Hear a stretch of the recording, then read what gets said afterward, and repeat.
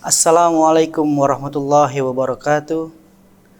Alhamdulillah hamdan katsiran thayyiban mubarakan fi kama yuhibbu rabbuna wa yarda. Wa asyhadu an la ilaha illallah wahdahu la syarikalah wa asyhadu anna Muhammadan abduhu wa rasuluh. Allahumma sholli ala nabiyyina Muhammad wa ala alihi wa sahbihi wasallam. Para pemirsa Fatwa TV yang semoga dirahmati Allah, kembali lagi kita di program Ilmu Waris bersama Ustadz Nizar Saad Jabal. Assalamualaikum Ustadz. Waalaikumsalam. Apa kabar Ustadz? Alhamdulillah khair tayyib. Baik Ustadz, kali ini kita akan menjawab beberapa pertanyaan yang sudah masuk di media sosial Dewan Fatwa yang khususnya menanyakan tentang ilmu waris nih Ustadz. Ya. Baik, kita langsung aja ya Ustadz ya. Pertanyaan pertama Ustadz. Ini dari Bu Des di Bukit Tinggi. Assalamualaikum Ustadz. Ibu saya punya abang, tapi sudah meninggal. Dia punya istri 2. Pertanyaannya, nenek saya meninggalkan 2 bidang sawah. Itu pun bukan pembelian nenek, melainkan peninggalan dari nenek sebelumnya. Kalau bagi kami, suku Minang, sawah ini jadi milik perempuan, tidak boleh dijual, hanya boleh ditanami saja. Selama ini saya dengan hasil sawah itu saya kasih pada siapa yang susah hidupnya di keluarga ibu saya saja. Nah, bagaimana perbuatan saya Ustadz? Saya minta petunjuk Ustadz, bagaimana baiknya? Jazakallah khairan Ustadz. Ya. Bismillah, alhamdulillah, salatu wassalamu ala rasulillahi wa ba'd. Penanya Ibu siapa tadi? Ibu Des dari Ibu Des Bukit Tinggi. Dari Bukit Tinggi ya. Yes. Terima kasih atas pertanyaan yang dikirimkan kepada kami Dewan Fatwa dan kepada semua keluarga muslim yang mengirimkan pertanyaan-pertanyaan seputar ilmu waris. Semoga Allah memberikan ilmu yang bermanfaat buat kita semuanya. Berkaitan dengan pertanyaan dari Ibu Des ini, sebetulnya pertanyaan serupa ini cukup banyak yang masuk ke kita, khususnya yang berasal dari Sumatera Barat Ustaz. Sumatera Barat Di ya. Bukit Tinggi tepatnya. Sumatera Barat ya, Padang, Bukit Tinggi dan kota-kota yang ada di sekitar situ, berkaitan dengan apa yang orang Minang bilang itu dengan sebutan harta astagfirullahaladzim, istilah mereka harta pusako, istilah mereka kan, atau yang disebut dengan pusako tinggi, ya, pusaka tinggi lah. Ya. Saya nggak bisa ngikutin dialeknya ya, pusaka tinggi, yaitu harta yang ditinggalkan oleh nenek moyang neneknya mereka. Nah, harta ini harus turun dari ke perempuan, kemudian turun ke perempuan, begitulah seterusnya, dan berupa tanah. Tanah ini tidak bisa dijual, hanya bisa ditanamin, kemudian diambil manfaatnya. Pemirsa Fatwa TV yang dimuliakan oleh Allah, tentu ini prinsip ini berseberangan dengan apa yang ada dalam syariat Islam ya. Syariat Islam tidak begini. Syariat Islam itu harta yang dimiliki seseorang ketika dia wafat ya, maka harta ini akan turun kepada ahli waris semua. Baik ahli warisnya ini laki maupun ahli waris perempuan. Yusikumullahu fi auladikum. Allah memerintahkan kepada kalian berkaitan dengan pembagian harta waris itu, yaitu kepada anak-anak. Lidzakari mithlu hadzil unthayain. Laki-laki itu 2 bagian, sedangkan perempuan itu mendapatkan 1 bagian. Artinya inilah konsep Islam. Si wafat mau meninggalkan harta berupa sawah, kebun atau apa saja, maka harta itu harus dibagikan kepada laki dan perempuan. Jadi apa yang terjadi dalam lingkup masyarakat tertentu, umpama mengkhususkan pembagian waris ini pada jalur perempuan saja, laki nggak dikasih. Nanti ada budaya masyarakat tertentu di Sumatera juga, ya, mereka mengkhususkan harta peninggalannya itu dari orang tua mereka kepada laki-laki. Jadi kalau kita candaan kita, ya, keluarga Minang perempuan nikah sama keluarga yang laki. Kenapa? Warisannya gede dua-duanya. Ya kan? Jadi ini kalau berbicara seperti ini akhirnya bicara prinsip apa? Hawa nafsu. Jadi kita tentu apa yang harus kita lakukan? Ya kita kembalikan kepada prinsip syariat Islam. Oh ini sudah mengakar, ya tentu apa yang bisa kita lakukan ya kita lakukanlah. Ya fattaqullah mastata'tum, bertakwa kepada Allah semampu Anda.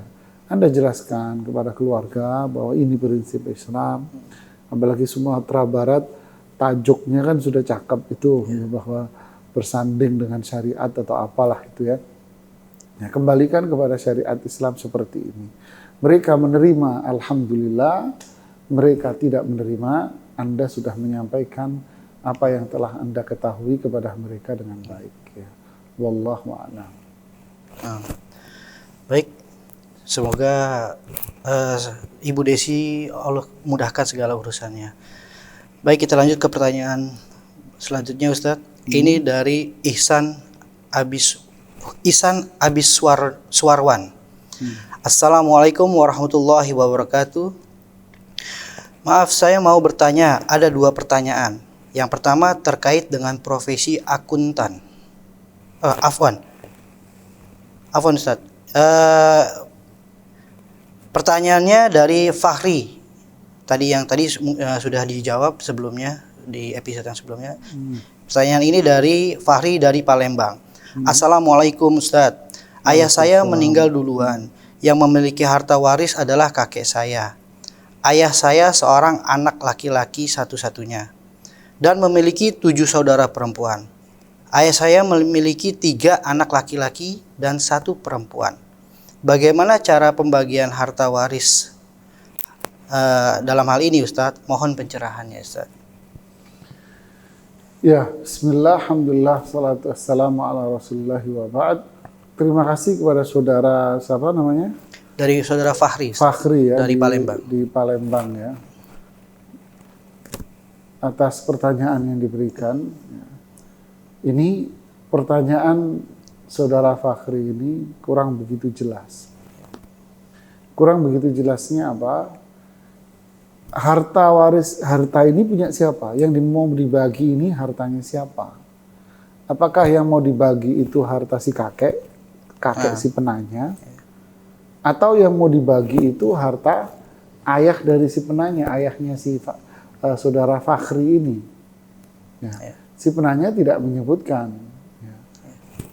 Jadi kita di Dewan Fatwa menyarankan kalau Anda pemirsa umat Islam semuanya, pemirsa Fatwa TV, ingin menanyakan sesuatu kepada kita khususnya yang berkaitan dengan ilmu waris, sampaikan, memberikan gambaran pertanyaan itu dengan jelas.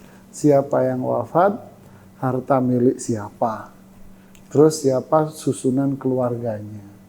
Nah kalau seperti saudara Fahri ini, kakek saya meninggal, kemudian ayah saya juga meninggal, saya punya saudara sekian, saya punya anak sekian, bagaimana cara baginya? Yang mau dibagi duitnya siapa?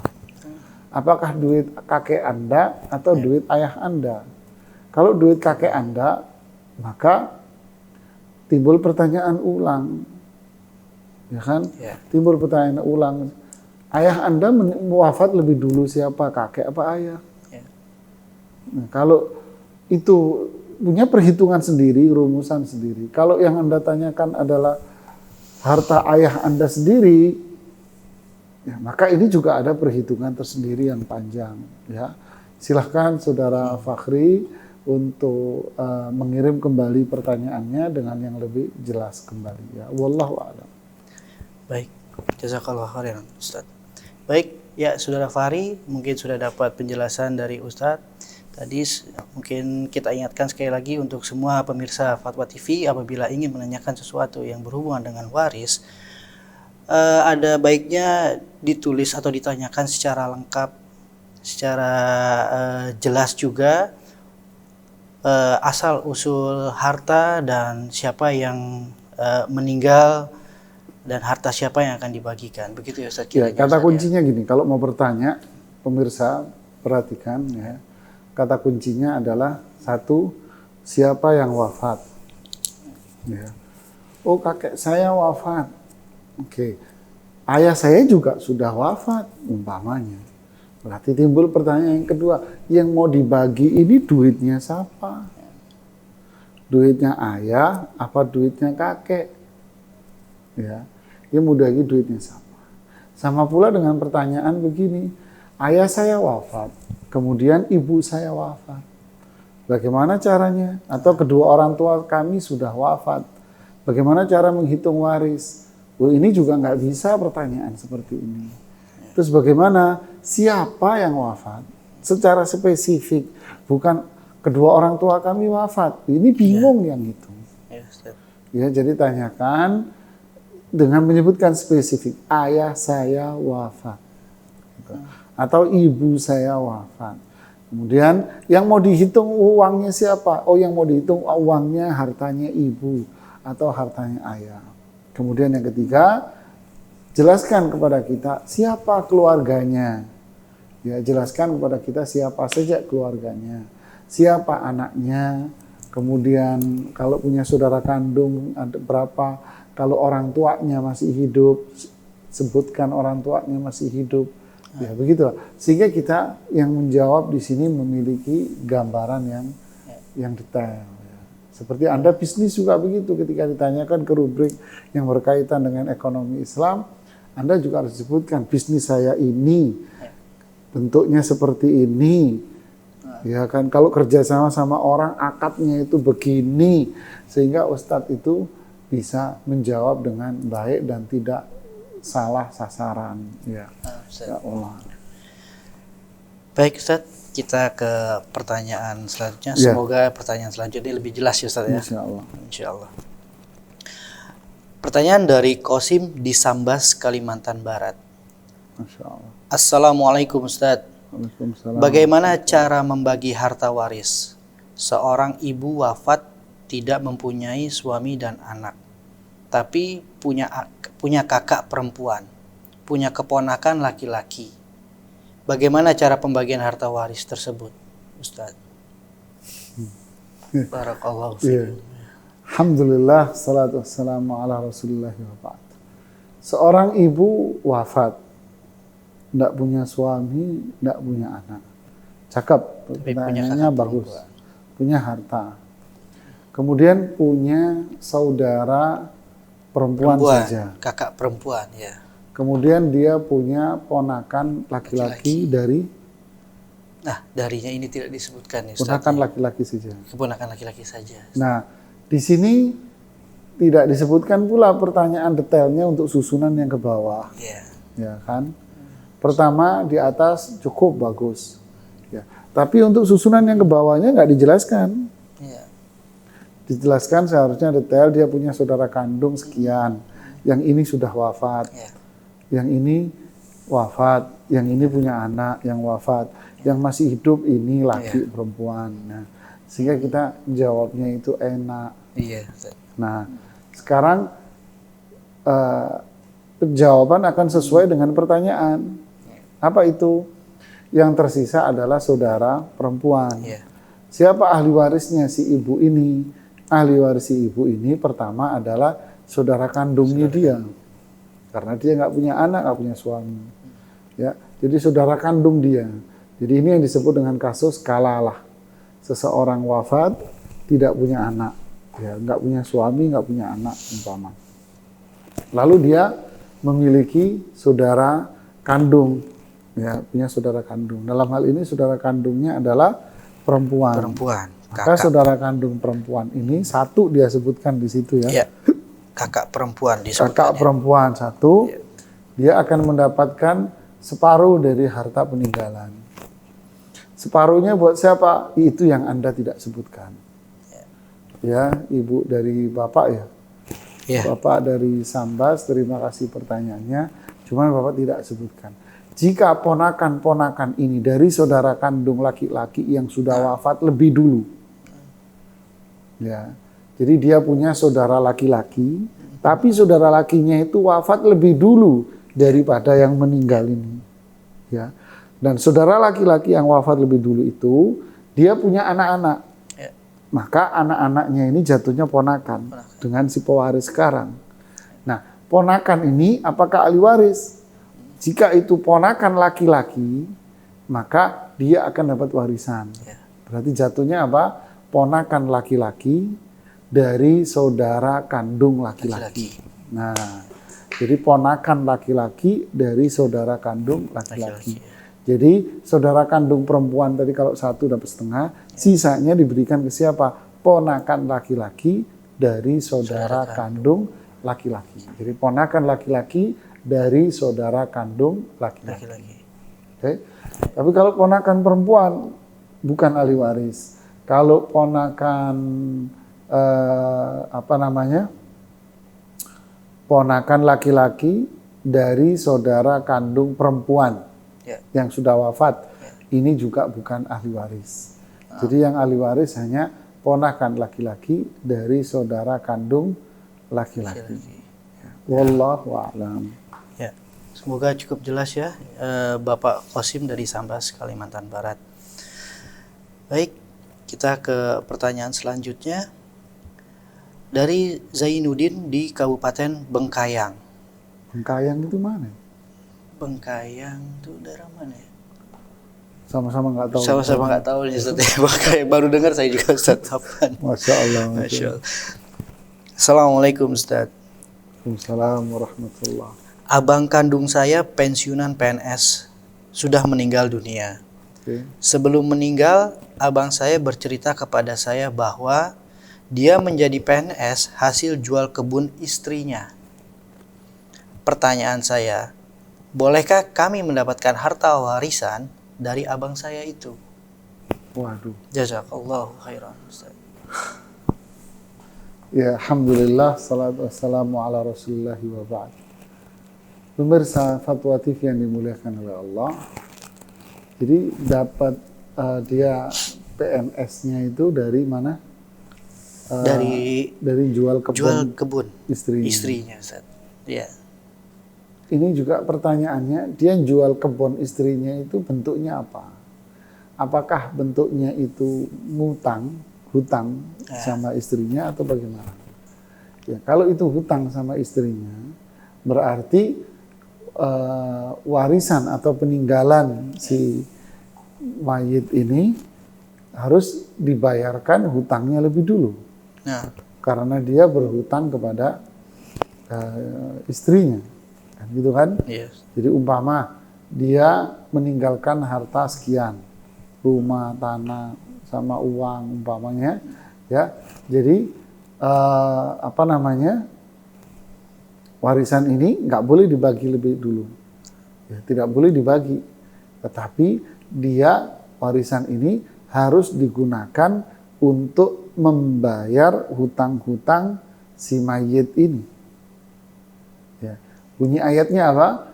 Ketika Allah bicara tentang pembagian waris, Allah selalu mengatakan mimba diwasiyatin yusi biha audain. Jadi warisan ini dibagi setelah ditunaikan wasiat dan hutangnya. Para ulama bersepakat bahwa mendahulukan hutang daripada wasiat. Jadi sebelum warisan dibagi, maka harus ditunaikan dulu hutang-hutangnya. Kalau ada wasiat-wasiatnya dibayar. Jadi kalau memang dahulu kebun yang dia jual itu adalah bentuknya hutang. Jadi harus ditanyakan lagi kepada istrinya. Kalau itu bukan hutang, umpama istrinya memberikan hibah kepada dia, dikasih saja, ya berarti apa yang menjadi peninggalan si mayit ini bisa langsung dibagi kepada para ahli warisnya. Ya, wallahu a'lam. Ya, jadi di sini harus ditegaskan dulu ya Ustadz ya. Ya. Bentuk pemberian harta hasil jual kebun itu ya, apakah itu Ya. hibah atau kalau itu Hutang. dipinjamkan Iya. ke suaminya. Walaupun mereka ada hubungan suami istri ya Ustadz ya. Benar. Baik Ustadz, kita ke pertanyaan terakhir ya sekarang ya Ustadz ya. Berhubung kita juga terbatas dengan waktunya. Pertanyaan terakhir dari Prayoga Fristiandi di Batu Jajar, Bandung Barat. Ya. Pertanyaannya adalah, Assalamualaikum Ustadz. Waalaikumsalam warahmatullahi. Apakah jika seorang istri meninggal, harta yang dimiliki bersama itu menjadi hak waris, sedangkan si suami masih hidup? Contoh, hartanya adalah rumah yang dimiliki, adalah hasil kerja sang suami selama pernikahan. Apakah itu bisa diwariskan ketika sang istri telah meninggal? Barakallahu fiik. Alhamdulillah, salatu wassalamu ala rasulillah wa ba'd. Terima kasih kepada siapa namanya? Prayoga Prayoga Fristiandi di Batu Jajar. atas pertanyaannya ya. Kasus Anda ini kayaknya sudah mengakar di masyarakat gitu ya. Dan ini yang selalu kita katakan bahwa prinsip seperti ini itu tidak dikenal dalam Islam. Apa itu? Masyarakat kita ini mindsetnya kalau seorang laki sudah mengucapkan ijab qabul ya, dengan wali dari perempuan ini yang dia nikahi, sudah mengucapkan ijab qabul, maka sepertinya mindset kita ini sepertinya apa? Sepertinya harta yang dimiliki laki ini pada akhirnya menjadi harta apa? Bersama. Ini tidak dibenarkan di dalam syariat Islam. Ya, pernikahan itu bukan saham, kepemilikan saham. Sehingga dengan saya terima nikahnya, kawinnya dengan mas kawin sekian-sekian, itu seperti kepemilikan saham pada akhirnya. Oh, berarti setelah saya mengucapkan saya terima kawinnya, nikahnya, berarti secara otomatis harta kamu, harta Anda milik saya dong 50%. Aturan dari mana? Ya, ini zulm, ini kezoliman. Ya, sehingga muncul setelah itu apa yang ada di masyarakat kita dengan istilah apa? Harta bersama. Jadi tidak ada harta bersama. Yang dimaksud dengan harta bersama itu apa? Anda membangun sebuah unit rumah. Ya. Seorang suami membangun sebuah unit rumah. Oke? Si suami bilang sama istrinya, duit saya kurang. Lalu si istri, ya sudah kita patungan yuk bangun rumah ini. Suami ngeluarin sekian, istri ngeluarin sekian, berarti rumah ini milik siapa? Inilah yang disebut dengan milik berdua. Ya, ketika pembagian waris, ya harus tahu jelas. Suami mengeluarkan berapa persen, si istri mengeluarkan berapa persen. Begitu pula kepemilikan sebuah unit usaha toko umpama. Toko ini punya siapa? Milik bersama, Ustaz. Dari mana? Dengan modal ijab qabul? Nggak bisa. Yang dimaksud bersama itu apa? Suami ngeluarin modal untuk usaha toko. Istri ngeluarin modal, duit. Tentu ngeluarin duit pula untuk usaha toko. Barulah toko ini milik berdua. Tapi kalau istri sebagai ibu rumah tangga, murni 100% ibu rumah tangga. Berarti semua uang, semua modalnya dari mana? Dari suami. Bangun rumah dari mana? Dari suami. Tanahnya tanah suami, bangun rumahnya suami. Begitu pula toko modal 100% suami. Berarti rumah dan tanah dan usaha ini milik siapa? Ya, milik suami. Kalau suami wafat, adakah istri mengatakan ini bersama? Tidak ada. Ini murni 100% milik suami. Jadi seperti kasus yang ditanyakan ini sama. Si istri meninggal. Terus rumah ini milik bersama. Siapa yang beli? Suami. Siapa yang bangun? Suami. Yang punya tanah? Suami. 100% suami. Dari mana dibilang harta bersama? Berarti si istri ketika wafat punya harta. Dalam kasus ini tidak ada harta dia berarti. Mungkin harta dari yang diberikan, dihibahkan oleh suami kepada dia, perhiasan, dihibahkan. Ya, jadi inilah penjelasannya. Sekali lagi, tidak ada harta yang namanya harta bersama. Yang ada adalah harta kepemilikan.